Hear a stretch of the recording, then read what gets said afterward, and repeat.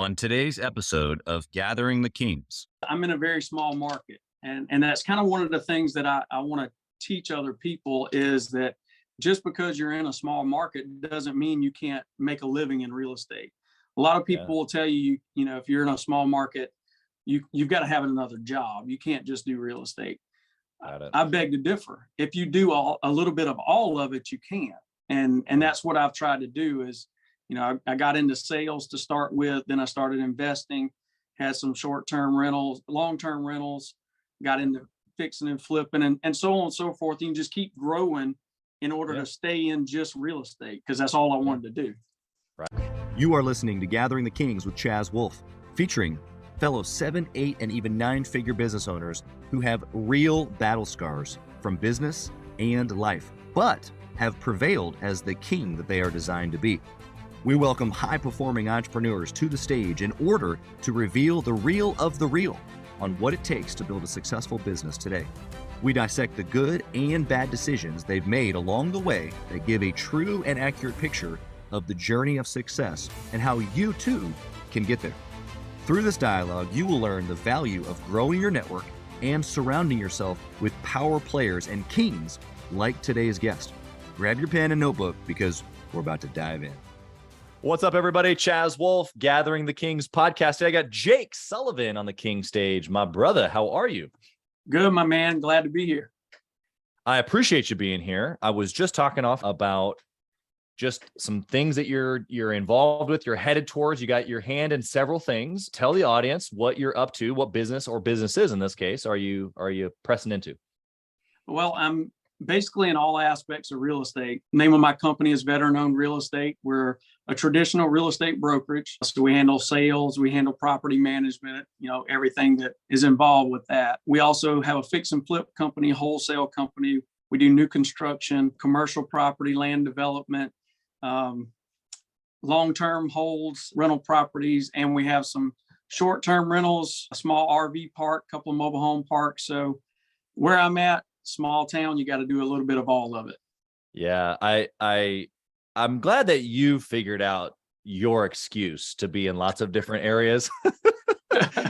Because I don't know if I've validated my reason to be touching lots of things all at once, especially in real estate, man. I just feel like you can literally be whoever you want to be inside of the conglomerate of real estate. And so you and me are cut from the same cloth. We like a lot of little things. Well, it doesn't have to be a lot of little things. It can be a lot of big things going on all at once. But is that because you kind of you like lots of different things? You like the challenge? Like you don't want to just stay doing one thing? Like give me the real reason why you're doing lots of different things. Honestly, the real reason is because I'm in a very small market. And that's kind of one of the things that I want to teach other people is that just because you're in a small market doesn't mean you can't make a living in real estate.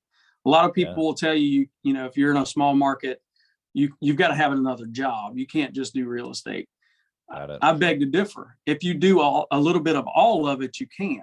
And that's what I've tried to do is, I got into sales to start with, then I started investing, had some short-term rentals, long-term rentals, got into fixing and flipping and so on and so forth. You can just keep growing in order to stay in just real estate because that's all I wanted to do. Right. Yeah. So I guess I hear it differently now that you say that. I hear you saying I'm honed in to real estate and this specific market. Everything else is obviously part of the game plan, but it allows me to stay niched, if you will, to real estate and to this specific market. Am I hearing That's right? Correct. Yep, absolutely. And you're teaching other people how to do it. Yep. That's what we're doing now. Yep. I love that. Okay. So before we jump into a little bit of the story and how you got started and all that fun stuff, why at this level where you have enough, you've got investments, you got the long-term, the short-term, you got cash cow machine over here in the fix and flip happening.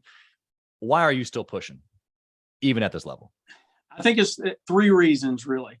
Number one is my family, of course. I mean, people say that all the time, but it's true. I mean, I'm trying to build a legacy for my kids. My oldest son's 21. He just started in the business when he was 19. He's already had his first fix and flip on his own. So I'm teaching him everything that is taking me 20 plus years to learn. Then I've got a son in college. I've got another one in private school coming up. So I still got a young family and we're going to grow. So I want to build a legacy for them. That's number one. Number two is I have a background in law enforcement and the military. And I know those guys and girls, they sacrifice a lot. I did for many years. Yeah. And there's not a lot of money in any of that. So I want to be able to teach them these strategies so that they can do it as a side hustle. And then after their 20, 25 years are over serving, they've got something they can jump right into and start really making some money. Right. They can do it while they're in or while they're serving, or they can wait and do it after they retire. Either way, it's up to them. And then third is, like we touched on before, is the small town markets. There's a lot of people that want to get into real estate in a small town, and they just don't think they can, because when you look on TV and see all these other fix and flippers, and they're from big markets, they're from Atlanta, they're from Miami and LA, and you just don't think you can do it in a small market. And I want to show them you can, because I'm doing it. Right. I love that. Multi-layered. It's like you've thought about this. Maybe a little bit. Maybe you did like a mission statement planning session with your business consultant. You thought about these things, you've written them down, you got them on a little board and you're in the office, right? Absolutely. Right over here. That's good. I love it. Okay. I want to know, how did the real estate, or maybe a bigger word, entrepreneurialism, how did it bite you? How did you get started? What was the background? What led up to it? Was it your upbringing? That type of thing. Let's see. Let me take you way back. I got out of the Marine Corps and I became a South Carolina State Trooper. And thank you for your service. I appreciate that. So when I first started on the highway patrol, I was a young guy, just gotten married. I had a lot of time off. And so I tried to figure out a way. My wife was working full time. We both worked shifts. She was a nurse. I was a state trooper. So a lot of times we worked opposite shifts. So I said, I got to find something to do with my time. Yeah. Went back to what do I know from my past? I was a lifeguard and maintained some swimming pools. So I started a swimming pool company, cleaning pools, doing maintenance on them. And then I started selling chemicals and supplies. Then I started installing pools. So it grew into a pretty good sized business. Too big actually for me to keep as a side hustle.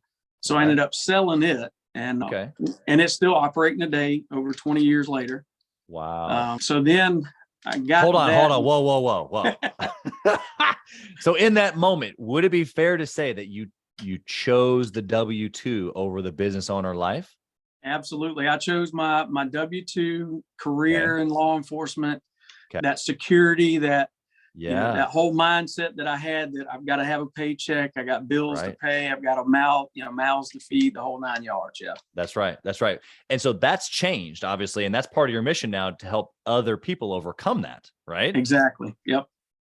What was obviously the story continues. Actually, I got one more question. I'm so curious now.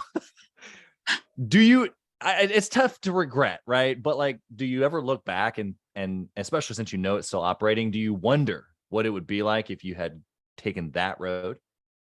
Oh, absolutely. I'm glad I didn't, because that wasn't really what I was passionate about. It was just something I knew how to do.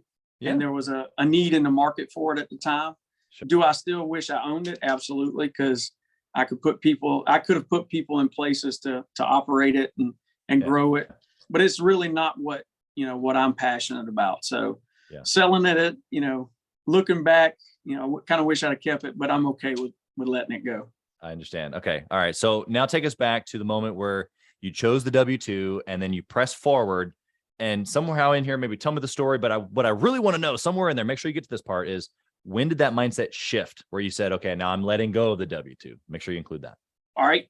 Well, my grandfather he was a military guy, had retired, and he had about 20 or 30 rental properties at the time. And for years, I've been telling him I wanted to have some rental properties. And he said, son, you can't make the money I do because you don't do the work. He had taught me over the years, from the time I was probably 12 years old, my brother and I both, we'd go with him on Saturdays and in the afternoons to fix rental properties. So we learned all the trades, but he told me a long time ago, he said, son, you need to learn to work with your brain and not with your hands. That's just not you. So he discouraged me for many years from actually buying my first rental. But as I started growing more education about the subject, I realized, no, I couldn't make the money he could, but I could still make money without having to do the work. Right. So I bought my first rental unit at that point, and then from there on, I just kept buying. I was using his model of, buying them with cash. There was no financing, there was no banks. Right. I was selling real estate. I'd gotten my real estate license at that point, still working my W-2 job. So I was taking my commissions and rental income and buying the next one, and just kept letting it snowball. Yep. And so I got up to about 30 plus units, 35 units, I think it was, and was still selling real estate. I'd made it through the crash in 08, 09, still had my W-2, and my mindset still hadn't really changed. But about 3 years ago, I read Rich Dad, Poor Dad. I mean, it's a classic. Ding. And the light, exactly. The light cut on, and I was getting close to time to retire. So I decided now is the time. I started educating myself more, linked in some mastermind groups, got around people who were thinking on that level. And it was like literally the light cut on. Yeah. You don't need this W-2. Why didn't you do this 20 years ago?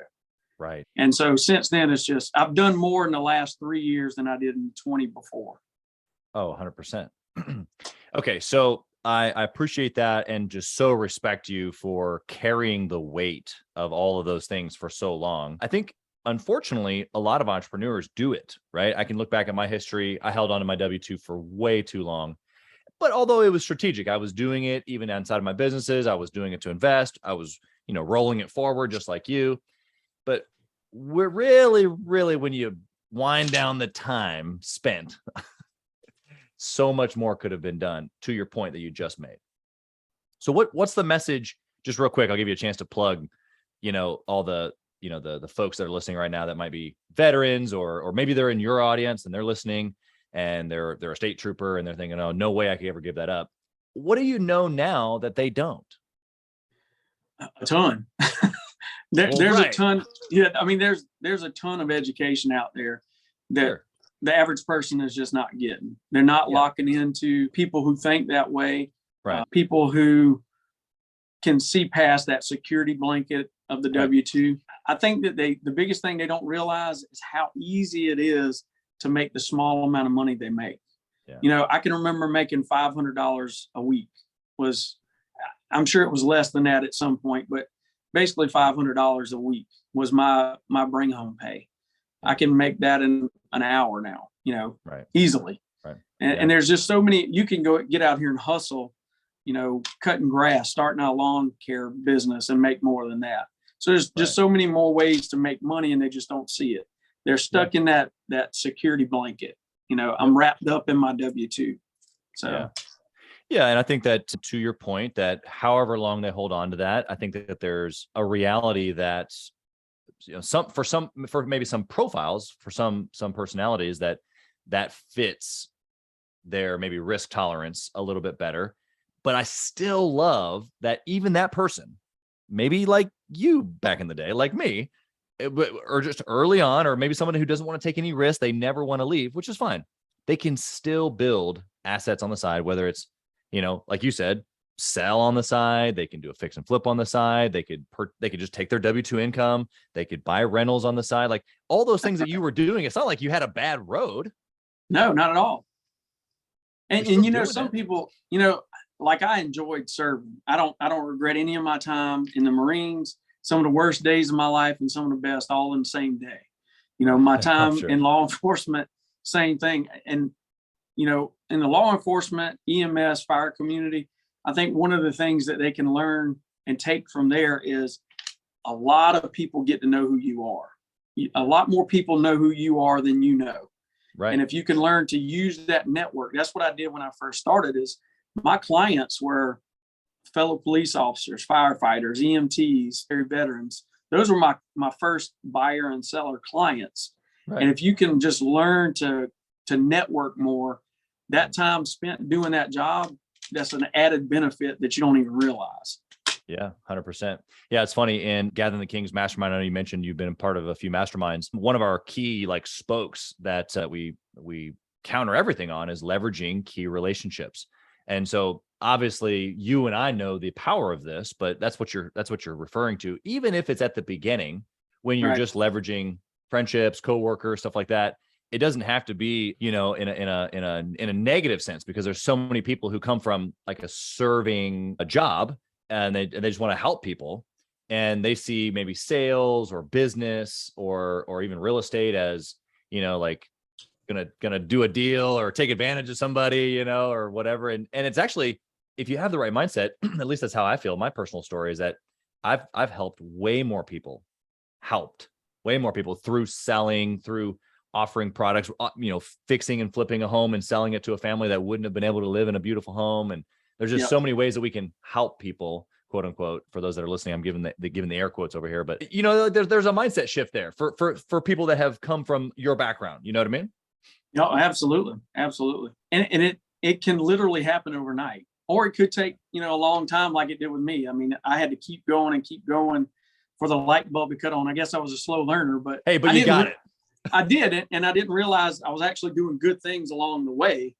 I just didn't know what I was doing.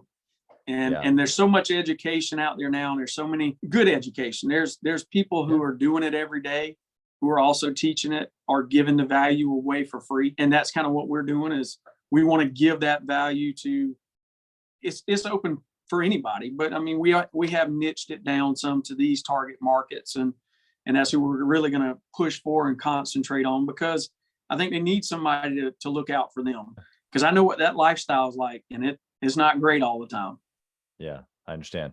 Okay, let's go a little bit more business tactics here. I want to know early on, or maybe even just in the last 3 years, like when you were like full-blown entrepreneur, I want to know a good decision that you made, obviously maybe outside of, cutting the W-2 off, that just like has like accelerated, or like you can pinpoint it back to this specific moment, this specific decision, something that the listeners can take a note on. It's going to be a great one, and I hope it helps you as well, joining a mastermind. I mean, that's where it all really took off. I got educated with some books. I hate reading. I've always hated reading, but now I love it. I read 2 or 3 chapters a day. That's a part of my routine. And you got to constantly be learning. But the mastermind group, there's so much that you can get out of it. Totally. You got to invest in yourself. But you're going to have leverage for relationships. The first mastermind I went to, the speaker, the mastermind organizer, he and I are good friends. We're actually partnering on some of the things that you and I talked about off camera. Love it. And in the first meeting with him, when I left his mastermind that day, I did 2 deals on the way home, hour ride home, and made $40,000. And just because of information that I gathered from him that I didn't know. And then this, second mastermind group I got into, which is a larger one now that I've been in a couple of years.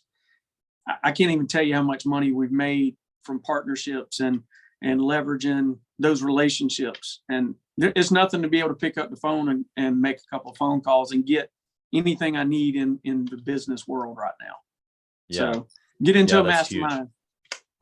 I appreciate that. And obviously, Gathering the Kings isn't the only mastermind out there. Absolutely. Yep. And in fact, correct me if I'm wrong, what you've specifically joined have been real estate specific masterminds, right? Right. That's right now, that's what I'm in, but I am looking at some other ones with, family development, business and general development, because there's a lot of aspects. When you start growing, every level you get to, there's another level of problems. So you got to keep growing. Just got to keep growing.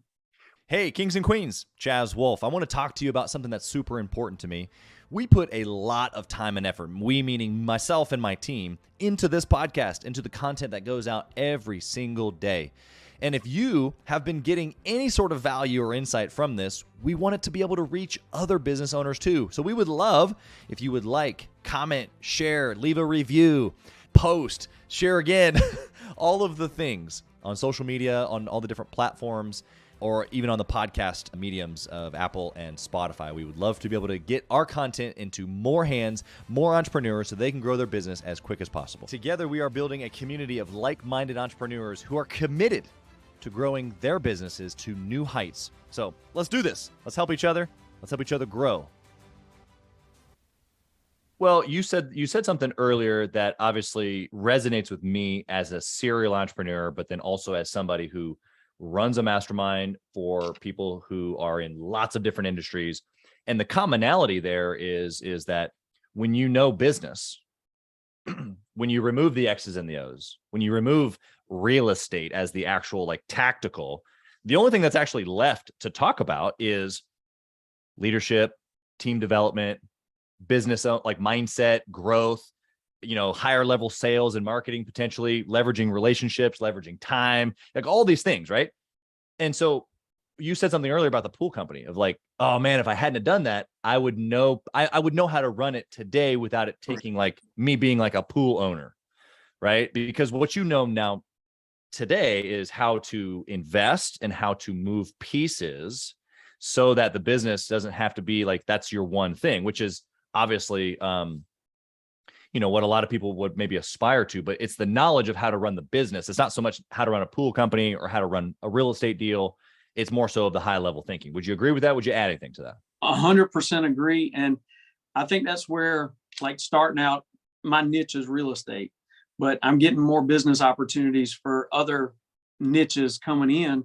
Right. And I'm not afraid of them anymore because once you learn business, like you said, you can affiliate it with any industry. And absolutely spot on right there. Okay. Let's flip the coin. Bad decision that you made that you can share and we can learn from your mistake. I think it was a limited mindset and getting comfortable in what I was doing. I didn't learn new techniques. When I first started out flipping houses. This is prior to 07, 08, 09. Banks were giving away money left and right. So I didn't have to learn how to create capital. I could just go to the bank, get what I wanted.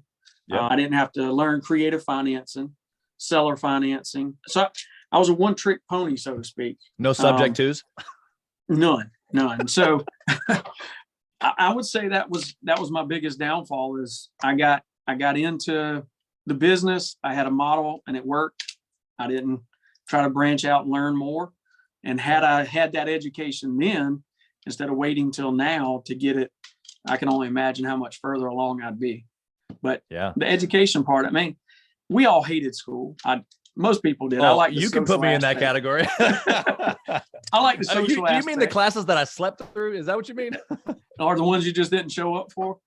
Right. But when they talk about it's a constant learning, it is. And as you get older and the more you learn, to me, it's like a habit now. I want to learn something new every day. And, if I had that mindset then, that was a big mistake of mine.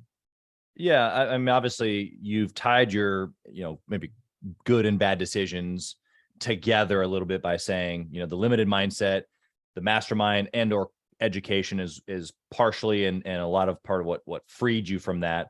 But it continues to fuel it, is what you're saying. Is like, it's not just a freeing of the mind, because as soon as you think you got it, you're back in the limited mindset again. Yeah, you hit that next level. And with that new level comes new challenges. So you have to have people that you can lean on. That's why the masterminds are so important, in my opinion, is, right now where I'm at, I've got people above me. And so I'm trying to learn from them. And at the same time, there are people below me that I'm teaching and that are looking up to what I'm doing. Right. And as long as you're in a group of people like that, you can just keep growing. If you stop, some people I'm going to spend a little bit of money, get in this mastermind, learn some tricks, and then do well. Well, guess what? When you stop, when you get to that level, you can't go any further, but you're no longer in your mastermind. How are you going to get to that next level? And so I think a lot of people they forget that about the mastermind. They think I can do it for a short period of time, get in, get out, and move on. But it doesn't work that way. Yeah, it's for all intents and purposes, what you're talking about that a quote unquote mastermind offers is the ability to learn, connect, be encouraged, be challenged, all those things. If they were just over here on my list, I would never want to stop any of these. Right. And so maybe the group changes over the course of time or the years or whatever. But the reality of it is that these principles of success, of surrounding myself with like-minded individuals, surrounding myself with people who are further than me, giving me a chance to help others that are maybe not as far as me, like all of the things that you just mentioned. This is something that the listener and you and me should be doing every day, all day, and be pressing into no matter what. The mastermind just is an easy way to plug myself in and Plug be able in. to do exactly. Yeah. It's good. Totally it's good, agree. It's good stuff. I'm gonna be able to use all of this for marketing material. Thank you. Welcome. Anytime. Hey, marketing is another thing. That's a huge thing that people don't think about. And it's, once I learned a year and a half ago or so, my business went to another level just off of marketing. So, right. Oh, exactly. And to what you said a few minutes ago is when you hit a level, because when I think of marketing, I think of, gosh, I can tell you 10,000 different ways and 100,000 different dollars that I've spent, and some of them work, most of them don't. But I think if I have learned that much, if I can get with you and 10 or 100 others, and we can talk about all those dollars that have been spent that didn't work. Now I've just like fast forwarded the marketing train, if you will, for my own business or businesses, because gosh, finding a new client, the cost of acquisition or the repeatable process of acquisition, that's what we're all after, Exactly. Yeah. How do I get more? Okay. So I want to know, you've talked to us about habits, disciplines. Do you have any certain discipline or process that you take decisions through, since we kind of, good and bad decisions here? What process do you take a decision through today? Well, we've dialed in like our buying criteria, what's a deal, what's not a deal. And, you can get way technical into that, but we've got our model of what works. I'm a little more conservative probably than a lot of investors. And it's stemmed from the background I have. I went from buying all cash to now we do deals a lot differently, but I still keep a lot of that conservative mindset to a certain extent. I made it through the crash in 07, 08, 09, didn't lose anything, which a lot of people did. Yeah, a lot of people over leverage themselves. That's something we don't do. We keep keep that level where we like it. So yeah, we take every deal through a process. It's systemized, so it's easily teachable. My son takes the same exact thing I have. He takes a deal and plugs it in, and yes, it's a deal. No, it's not a deal. Right. But those processes are out there. You can learn them from somebody else, pay to learn them from somebody else, or you can try to figure them out through YouTube University and trial and error. So, but yeah, we've got processes and they've worked pretty good so far, and we're constantly tweaking them. So, yeah, always trying to make that good decision. I loved how you said you're constantly tweaking them. We're never perfect when it comes to it, but what I have found, and tell me if you agree, of course, we're going to make mistakes. We're going to make the bad choices. But for me, when I look back, the reason why I am here today at this certain point, successful or maybe still on the journey of success, whatever, depending upon how you look at it, it's all based on the decisions that I've made. The ones that have limited me to get here or the ones that have helped me get here. Like both, they're the reason why we've gotten here. So would you add anything to, that's obviously why we're trying to make good decisions, like repeatedly over and over and over, is because it's going to speed up the trajectory. I think, making bad decisions is not a bad thing as long as you learn from them and you implement what you learn. I think a lot of people make the same mistakes over and over again. And it could be that they don't know how to analyze what they did wrong. Right. Having some peers that can help you say, if you would have tried this instead of that, maybe it would have been differently. So yeah, just learn from your mistakes. You're going to make them. We all do. We still get into bad deals every once in a while, but every time we do, we try to pinpoint why it was a bad deal and try to make sure it's not the next time. Yeah, exactly. All right, let's switch over here to the speed round. I'm going to come at you in a little different angle. Take this real estate conglomerate that you have, and I want you to dwindle the whole entire thing down into one trackable metric. If you can only pick one metric to track forever and ever, what would it be? Sales. I mean, income solves 99% of your problems. Right. If that's the only thing I can track, I'm tracking sales or income. Yeah. Okay. And it for you, even though there's the sales of the homes, there's flips, there's, long-term, short-term, there's, RV parks, like all of that is you're going to dwindle all that down to the income. You'd be surprised at how many people own businesses, have no clue how much money they bring in. Right. And I was there. I had a bunch of rental properties. I was flipping houses, had a full-time job. I had no clue. I just knew there was enough money to pay everything and a little bit left over. So knowing your numbers, Shark Tank, if you think about Shark Tank, knowing your numbers, you got to know. And as long as you know what you're bringing in, at least in your head, if you're a solopreneur, a lot of times you can keep track of well, I just spent this over there and this over here. I know what I can spend and still be okay. But if you don't know what you got coming in, you're in trouble. Yeah. Yeah, exactly. Because then it's going to go to zero. Because if you don't pay attention to it, it'll go to zero, most likely. It might go below zero. It might. That's right. That's true. I think we could probably drum up a couple of stories for that between the two of us. Yep. What book would you recommend for a six-figure business owner, Jake? It's one I read recently and it's been huge for me. It's Who Not How by Dan Sullivan. Great book. Game changer. And what's so funny about it is my team here now, I'll try to be telling them to do something or try to interject, and they're like, no, Jake, no, who not how, remember, I got this. So I know that's the polite way of saying, go over there, I got it, leave me alone. So yeah, that one's huge. And I think if I had learned that one, if I'd read that book, if it existed a long time ago, a lot of entrepreneurs, I can't tell you how good it is. It puts everything into perspective and helps you realize that if you'll get out of the way, a lot of things will happen better. Yeah, there's a lot of scarcity around getting out of the way, giving up something, letting other people, run partnerships, JVs, employees. Yep. You name it. Right now, we're both a who for each other. Exactly. Absolutely. And when you understand that, it's not about relationship manipulation. It's about how can I be the best who for this individual? Obviously, with what your business is trying to accomplish today, specifically, I can be a who for you on this show, and vice versa. You gave me so much marketing material earlier. I'm gonna run home and sleep well tonight. No, I'm kidding, but in all seriousness, that's absolutely the exact same mindset, right? Right. Okay. If you only had 1 hour each week to work on your business, how would you use that 1 hour to successfully run your business? I think I would continue to work on myself, because I'm the center point of the business. And if I only had 1 hour, then I'm going to work on what I can do better to help my business, what I can do better to help my team, what I can do better to get out of the way. So I would work on myself if I only had 1 hour. It's good. Okay. Last question for you, Jake.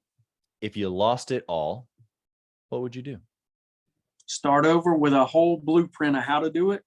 I can do it in 24 months. Yeah. Have you thought about this? You got an exact date set and time to this. No, I actually have, because that's come up before. I've heard other people say that, if you lost everything today, how long would it take you to build it back? And it would be so much easier because, like I said, we've already been through it. So we've got a good map to go by now. A lot of what not to do, what to do, first thing to do, plug into a mastermind, so you got a roadmap already. Yeah. I as you were saying that, in my brain, what I was thinking of is all the moving pieces in my world, with the franchises and with all of my real estate companies and you have incomes and you've got debts, you've got deals, you've got this, like all the moving pieces, even with the mastermind group, as we're trying to do certain things. And it's like, if it just literally all went away, and I even put in my brain, I still owed, the money on the SBA, all these things, right? Like worst case scenario, it all stops and I still owe the money. My answer would be similar. It would be, okay, well, dang. Let me take a nap. Let me ponder what this is going to be tomorrow, join the mastermind group, and we get started again, I guess, it's almost like you just pause and start your next day. It's literally, you're going to do the same thing you're doing now, except for now, it, and it's not going to take you near as long to do it. Yep. Yeah. A little bit of discipline, a couple of years of some focused effort, and it'd be exactly where you are today. Jake, you've been incredible. I don't know if some of the subtleties that you've left us here today with, if the listener has really picked them up, I'm going to encourage the listener just to go back and listen to this one. I always encourage them to take notes and pay close attention. And, I've obviously dissected a few things here, but what I got from you today, and tell me if you want to add anything to this, but number one, that anybody can do it. I heard you say that based on your experience, based on how long you were locked into a mindset of what you said was limiting belief, that anybody can do it. You even did it while you had the limiting belief. And so then obviously beyond that, I heard you say that getting around other people, peer-to-peer or a mastermind type setting, or even I heard you say multiple of those has been helpful to you. And then of course you talked about building teams. You've talked about, knowing how to run a business. like you've just dropped so many what we would think of just like basic nuggets that like, oh yeah, we know these things, but they've changed your life and you're in the process of changing many, many others because of these same things. Would you add anything to that for the listener right now? No, I think that's it. Invest in yourself, surround yourself with the right people, and help other people. When you start wanting to add value to others, so much more comes to you. You have no idea the benefits of it. We don't do it for what we're going to get out of it. We do it to help others. I grinded hard for 20 plus years to get where I'm at. And if I can help somebody get there sooner, I'm all for it. And that's what we get up at the end every day to do now. It's not so much trying to continue to build what we've got. It's to help others. And in the process, we're building too. So. Yeah, exactly. I love that. How can the listener connect with you? Maybe they're a veteran, maybe they are a state trooper or a nurse, and they want to get started in real estate, or maybe most likely someone listening who's an entrepreneur and they've got a family member. How can they find you? How can they get connected to your business? We're on all social media because Jake Sullivan. Instagram is the real Jake Sullivan. TikTok is the real Jake Sullivan. That was pretty funny. We try to put a lot of funny stuff in there and some value. And then the business is veteranownedrealestate.com. And you can get to me from any of those platforms. If you're a police officer, EMT, firefighter, active military, or a veteran, reach out to us. We'll be glad to help you. We're going to be growing our franchise, veteran-owned real estate nationwide. Love to have you on the team, and reach out to us and we'll get you on board. You can learn it all. We'll teach you from sales all the way through the investing cycle. Partner with us. It's a lot of benefit there. Yeah, I love that. I love what you're doing. I love how you're helping people genuinely. You're an incredible individual who cares. And so I just selfishly, I'm glad I got to meet you. You too, buddy. I appreciate it. Excited to watch you grow and be part of that and how we can be helpful to each other. So thanks again for being here. Blessings on your businesses and your family. Thanks for being here. Thank you. Thank you for listening to Gathering the Kings today. I hope that you were able to pull out a few nuggets to go apply into your business right away. More importantly, though, I hope that you're realizing that it takes more to be successful than just being by yourself, doing it all on your own, carrying the weight all by yourself. What I have realized, not only in my own journey from multiple businesses and multiple different industries, and now interviewing over 200 or 300 other very successful 7, 8, and 9-figure business owners, is that it's tough to do it alone. And so Gathering the Kings exists to bring together successful entrepreneurs. In fact, we are putting together 1,000 kings, specifically who are grateful but not done. We're intentionally assembling kings who fight tooth and nail for their business, family, and communities. And here's what we believe, that in the pursuit of excellence in those areas, that it ignites within us the responsibility to govern power and forge a lasting legacy. So if that relates and resonates with you, and you know that you need people around you, sharp, qualified, other very successful business owners, I want you to go to gatheringthekings.com. I want you to take a look at what we're doing and see if it makes sense for you to be part of our pursuit to 1,000 kings. Talk soon.